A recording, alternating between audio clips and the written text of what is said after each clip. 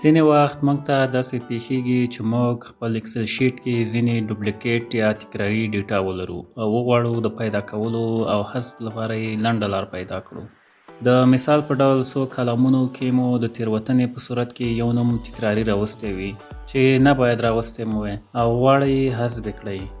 که چیرته ډیټا مو کمه وي خو کولی شي لاسي هم پیدا او حذف کړئ. که چیرې لویه ډیټا یا لوی ډیټابیس ولرئ نو د تکراري ډیټا پیدا کول به لاسي ډیر ستونزمن کار وي چې خوشبختانه په اکسل کې د تکراري ډیټا حذف لپاره اپشن شته. په ویډیو کې به د تکراري ډیټا حذف لپاره دوه طریقې تاسو ته زده کړم چې یو به یې د ریموو دوپلیکیټ قابلیت په مرسته او بله طریقه به د یونیک تابعو په مرسته وي. د دې دوو طریقو زده کولو لپاره زما سره اوسئ.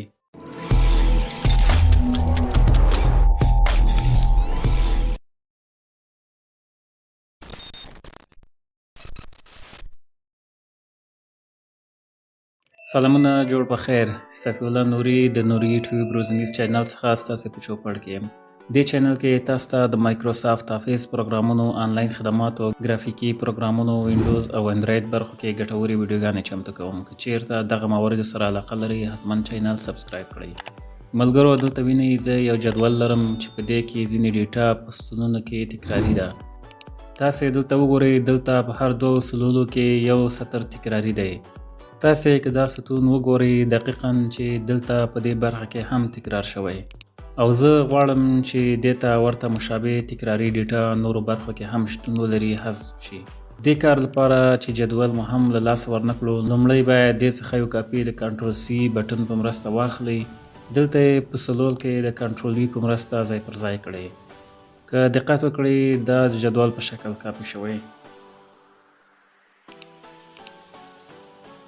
او که ونه غواړو د جدول په شکل کاپي کړو، کنټرول زید باندې کلیک وکړئ او وروسته دې برخه باندې راسته کلیک پیسټ آپشن برخه کې ولیوز انتخاب کړئ چې مقادر موږ ته پیسټ کړي او وروسته بیا دلته راسته کلیک وکړئ او پیسټ آپشن برخه کې دا ځل فارمټینګ باندې کلیک وکړئ.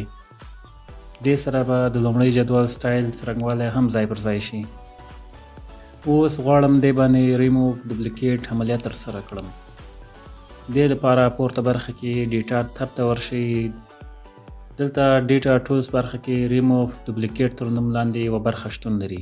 دې باندې کلیک وکړئ، دغه ټول باکس به تاسو ته خلاص شي. دلته یو ټیک لري د مای ډیټا هیز هیډرز په نوم. دا په دې معنی کومه ډیټا چې موږ لرو سرلیک لري، ځکه یې ټیک فعال دی. او که زه دلته دا ټیک لرې کړم، تاسې دقت وکړئ وګورئ چې سرلیک یې هم انتخاب کړ او که بیرته ټک فعال کړم سرلیک انتخاب څخه بهر کړ. دا ځکه چې اکسل دا تشخیصوي چې دا برخه سرلیک شمیرل کیږي او ستاسو ډیټا سرلیک هم لري. دلته لاندې کادر کې دوه نورې برخې شتون لري، خو لومړی باید زه معلومه کړم چې کوم ستونونه زموږ په نظر کې دي او د تکراري ډیټا حذفولو قضیې لپاره دواړه ستونونه باید پام کې ولرو، یعنی دواړه تکراري ډیټا لري. دې لپاره باید دواړه ټکه فعال وي او اوکې باندې کلیک وکړئ. دلته مسج کې ښکاري چې دوه ډوپلیکیټ ډیټا حذف شي او 12 نورې موجودې دي.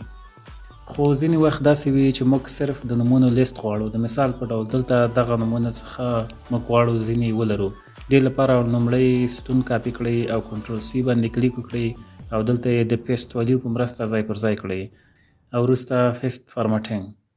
دلته ډبل کلیک وکړئ تر څو فټ شي او بیا دلته چې د لیست هر برخه باندې کلیک وکړئ او ډیټا آپشن برخه کې ریموو دوپلیکیټ برخه ته ورشئ او بیا ځلې باکس برخه کې څرګندوو چې موږ هیډر لرو په خپل لیست کې او دلته خو معلومه ده چې یو ستون نه ډیر نه لرو. اوکې باندې کلیک وکړئ. دا ځلې 4 مورده تکراري ډیټا پیدا کړه او 10 مورده پاتې شوه چې موږ اوس 10 کسان لرو او تکراري نمونه حذف شوي دي. ښه ملګرو، دا لومړۍ طریقه وه. دوهمې طریقې کې موږ غواړو چې دلته زموږ آخري ګزارش شتون ولري.